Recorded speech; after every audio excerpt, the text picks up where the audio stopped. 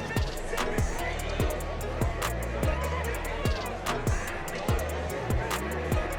Colin and I are reliving days of pride, as we are wont to do in times of respite. Talking about Bob Sapp and Nogueira, but we need to be talking about Jug, James Estepp, redneck brawl veteran. But you know what? We've seen him here before. His last fight was against my friend Ronnie Schultz. He got a beautiful knockout victory. I've heard that James Estepp has weird power, like that God-given power. I've noticed that in the fights of his that I've gotten to watch in the past. And he's also a little bit of a wild man. That's the thing about James. James is one of those guys, we talked about it, you don't see normal people in this sport. James, I think, would fully admit, I'm not a normal guy. He wants so badly to be taken seriously as a boxer. And he's had some setbacks in Redneck Brawl. Now here he is again at New Line, rededicated himself to the sport, trying to get more technical, trying to get smarter as a fighter. We see Jeff Tackett and Zane Fry there in the corner of Mr. Estepp. He's got a tall order.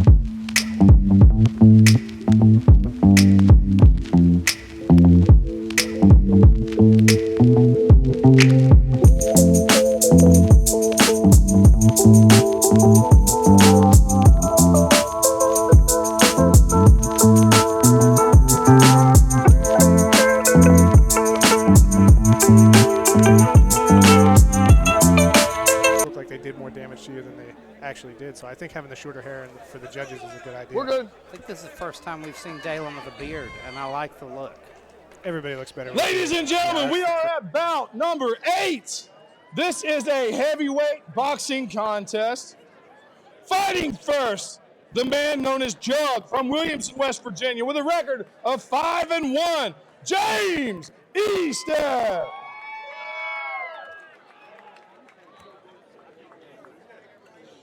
Fighting out of the red corner from Logan, West Virginia. He's got 5 fights, 2 wins by knockout. Daylan Jemerison. Your referee, Eric. Well.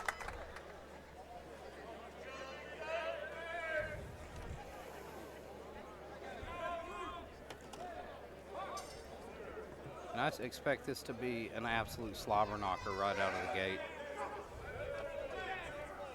It may not be the most technical fight, but these are 2 heavy-handed big men. Good head movement there by James, coming out with a very interesting style, trying to stay as low as possible. And we see a lot of guys use that when they're fighting taller guys, that kind of Dwight Muhammad Kali style, bending over at the waist, get inside. Oh, but we saw a nice jab by Daylan and another big straight left hand behind it. Daylan has Jug hurt already. Jug just walking into punches, pawing. He's going to have to start actually sitting down, throwing technical shots, or he's going to get put away early here.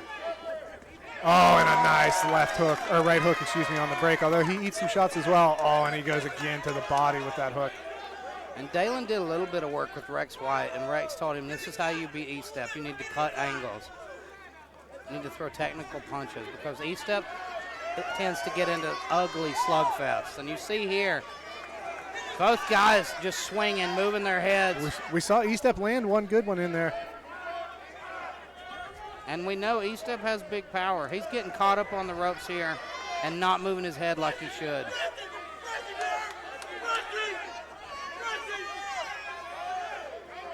Daylan walking him down, not being overzealous here. And there's the jab. Tries to follow it up with the right hand, but misses, and Jug gets a hold of him. Jug calling him on as well, talking to him in there. And Estepp landed a nice jab of his own. Now he's made a switch to the southpaw stance, which he wasn't in earlier. Jug makes him bite on that feint there. Daylan moves his head, but nothing was coming. I think both guys have felt each other's power now.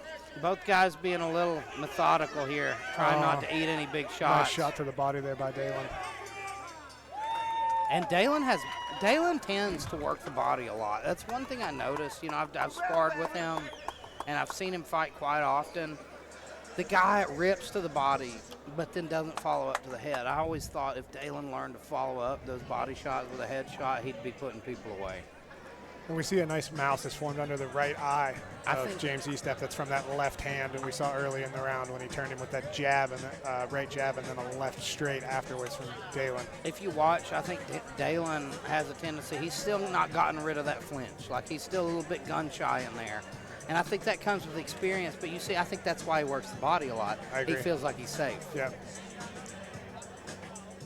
But, you know, I always felt the opposite. When I throw body shots, I'm a guy that I tend to head hunt. I tend to not go to the body enough.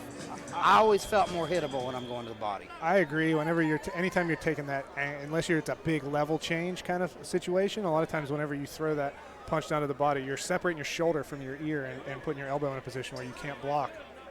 And they touch gloves here. Oh, and that was a cheap shot there by Daylan, but protect yourself at all times, I guess, is the rule. James was trying to touch gloves, and Daylan just cracked him. Oh, and another hard body shot. He's landing that left hand from the southpaw stance to the body, which is getting close up into the liver. And we see Estepp might pay for that little flurry with some physical exhaustion here early. We still have 90 seconds and more to remaining. Estepp looks a little bit pissed off, and I think I would be after that opening of this round. You know, there's some guys, though, they won't touch gloves because of that very reason. And James just being too wild here. Oh, and he eats a big left hand from Daylan, rocks his head back. Daylan's got him pressed up against the corner, working the body. But not much power on those shots. I'd like to see him really dig into that body when he's got him in the corner there. Daylan takes a big, deep breath here with a minute left in the second round.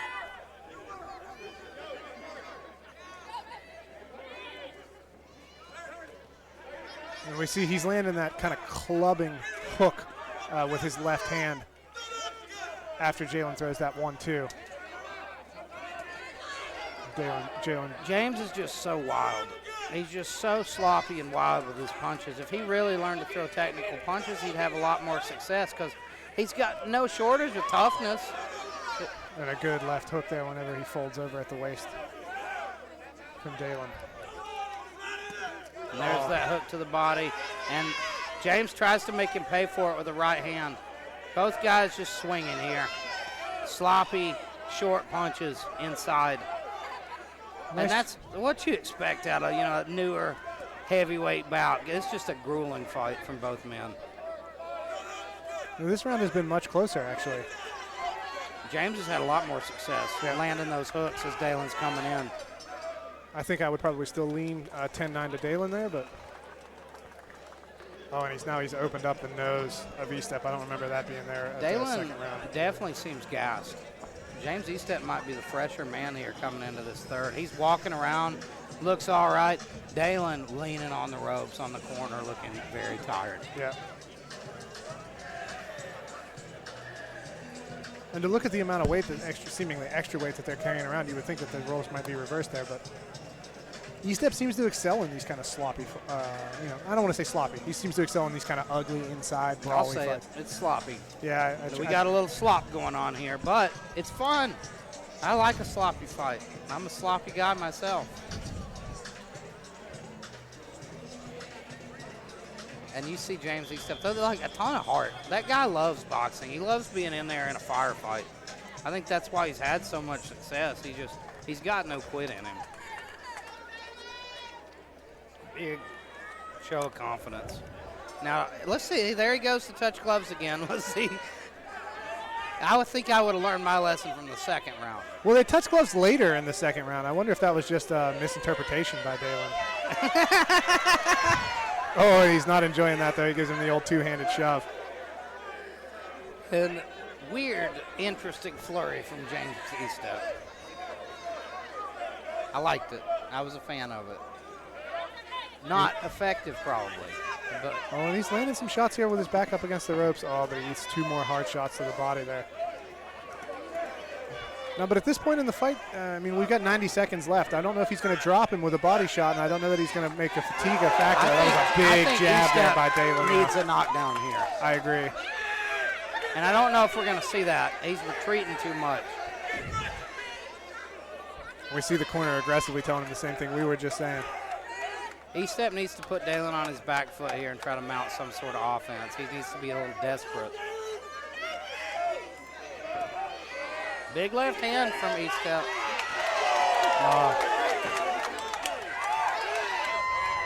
And the big boys lean against the ropes here with 48 seconds left.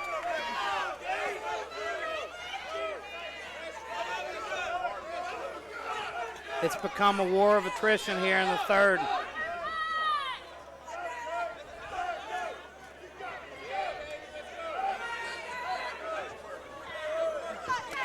Oh, and a big shot landed from Daylan there. Heavy right hand from Daylan Jemerison. And a big deep breath. Both men, 21 seconds left.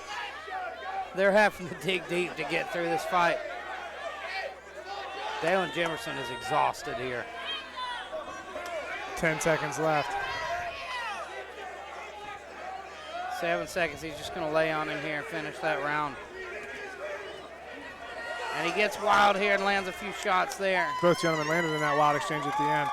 Excellent fight, ladies and gentlemen. Well-matched fight. 2 tough guys. You think Daylan has probably done enough to get the win here in his hometown, though. I agree. That third round was close, though. I might even lean towards Estepp on that third round, but I think Daylan did enough in the first and second to secure himself a victory, but we'll see if my prediction is correct here.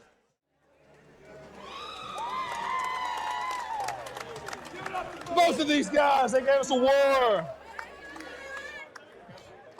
All right, our judges have rendered a decision after 3 rounds. All 3 judges have it. 30-27 for the red corner, Daylan Jemerison.